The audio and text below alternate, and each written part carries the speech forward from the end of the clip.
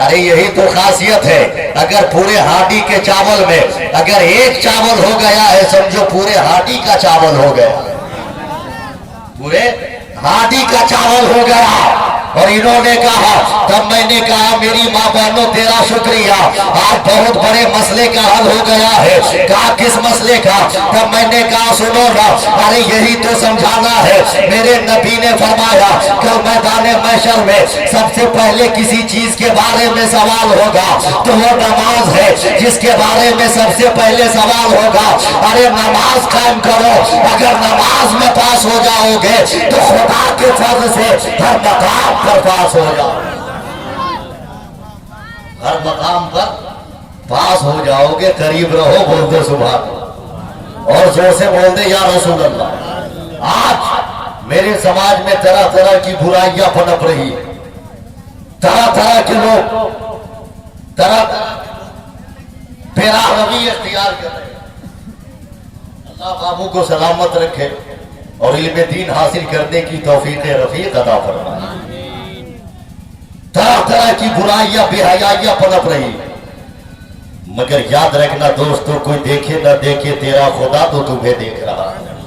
فیضان مجاہد بھائی، بس جو گھوڑبنکی میں آپ نے مزاج دیا تھا، میں آپ کے اس مزاج کو اپنے جملوں کے فکر پر اتارنے کی کوشش کر رہا ہوں، کوئی دیکھے نہ دیکھے میرا خدا تو دیکھ رہا ہے، میرا خدا تو دیکھ رہا ہے۔ علامہ مفتی صاحب قبلہ، بس آپ کی لسانی چادر میرے سر کا تاج بن جائے تو میں پیغام پہنچا دوں گا، بول دے سبحان اللہ۔ اس لیے کہ میری مجبوری یہ ہے کہ میں لطیفے بازی والی تقریر نہیں کرتا ہوں، اس لیے کہ آپ اتنے دور سے آئے ہیں، اتنا خرچ کیا گیا ہے لطیفے بازی سنانے کے لیے نہیں، بلکہ پیغام قوم کو دینے کے لیے، قوم کو پیغام دینے کے لیے۔ یاد رکھنا دوستو، اگر لطیفے بازی اگر آدمی کو سننا ہو تو آدمی موبائل میں جا کر سن لے گا، کہیں پہ جا کر سن لے گا، دنیا کے دیگر ہے جو اسٹیج پہ جا کے سن لے گا، مگر یہ محفل رسول ہے، یہاں پہ لطیفے بازی کی دکان نہیں کی جاتی ہے، بلکہ پیغام مصطفیٰ سنایا جاتا ہے، پیغام مصطفیٰ سنایا جاتا ہے۔ قریب کرے آپ کے، کوئی دیکھے نہ دیکھے میرا خدا دیکھ رہا ہے، میرا خدا دیکھ رہا ہے۔ اگر آج کسی مارکیٹ میں ہم جاتے ہیں، کسی دکان پر جاتے ہیں، علامہ مفتی صاحب قبلہ جاتے ہیں، مال ہو یا کوئی بڑی دکان ہو، وہاں پہ سی سی ٹی وی کیمرہ لگا رہتا ہے اور اس کے نیچے لکھا رہتا ہے ساودھان آپ کیمرے کی نظر میں۔ ایسا ہوتا ہے کہ نہیں؟ بولیے نا زور سے، ہاں جائے نہیں؟ یہی تو کمی ہے، مزاج ہم تقریر سننے کا نہیں بنا پاتے۔ یاد رکھیے گا، اچھا لگے یا خراب مگر پیغام تو پہنچاؤ، اس لیے کہ اس سینے میں جو دل ہے اور اس دل میں جو دھڑکن ہے اور اس میں جو درد ہے وہ کسی اور کے لیے نہیں ہے، اگر ہے تو کلمہ پڑھنے والے بھائیوں کے لیے درد ہے۔